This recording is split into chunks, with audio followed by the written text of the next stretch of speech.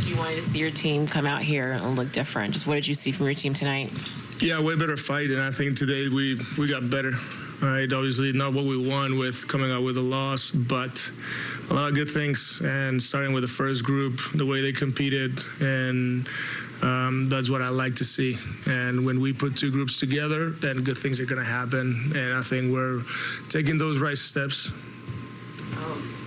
You knew this team was going to be physical defensively. You guys were able to keep it close even with the turnovers, especially there in the first quarter. But just how did some things change in that second half? Yeah, I think that, some of the second chance, some of the fouls, I just don't think that we got the same free throws as they got, and it's pretty obvious, right? But, we can control, and we couldn't control the calls, and I once again, I like the fight even when the game went to over 20, cut it to 15, and they call a timeout. And to me, that means the world. It means that that's the right mindset. They keep fighting no matter what. And I'm proud of the guys, especially that first group tonight. Jordi, Miami grabbed 53% shooting and 68 points in the paint. Just defensively, you guys obviously had that stretch where you were number 1 in the league in December. Just since then, what do you think has led to some of the struggles, particularly keeping teams out of the paint?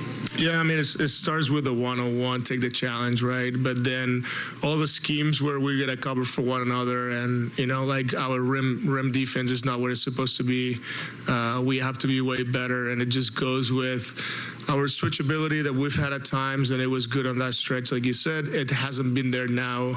Our transition defense, they scored 19 points, fast break right here. I don't know the transition, the way we count it, but that's usually at the rim. So all those things matter, the second chance points, and it looks like a small difference, but it's a big difference. And when we cleaned it up and we were locked into those things, like you said, we had a good stretch of defense, but you have to do it for 82 games in the NBA. And right now, we haven't been good at protecting our paint. We have not been good at defending our rim. When Bam had to go to the bench due to foul trouble, but their bench was able to still produce just stretches like that. What do you want to see from your group about kind of locking in? Yeah, it doesn't matter the group that is in front of you, and obviously Bam is a great player, a great defender. Ware did a great job, and I just want the groups that we have out there to just be locked in and win your minutes, whether it's 2, 3, 5, 10, 15, 20.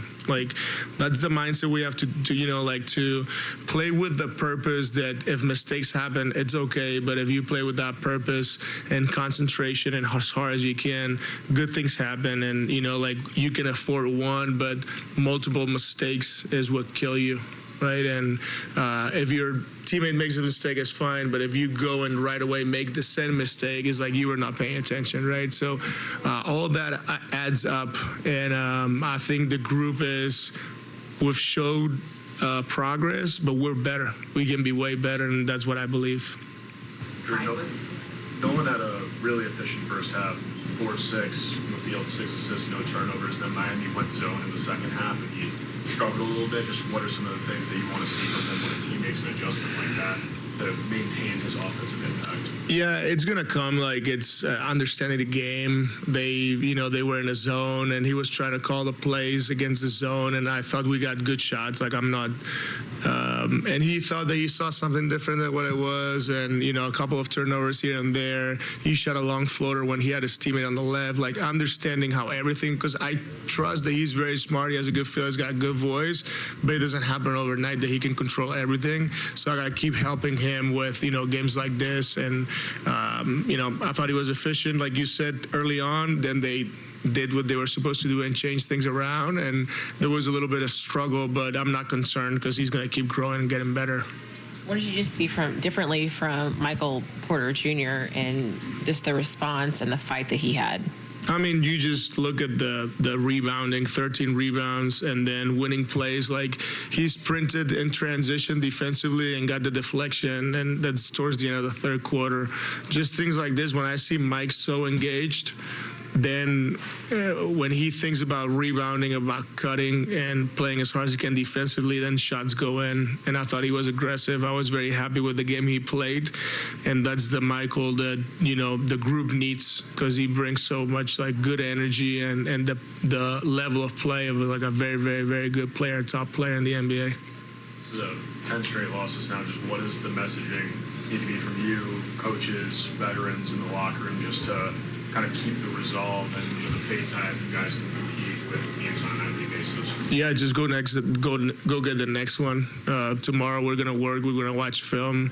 The environment is gonna be positive, and we can control. And we're gonna go and get our work done, get 1% better, and go and compete against Detroit. And the next game, and the next game, and the next game, all the way through. I think it's 20 left.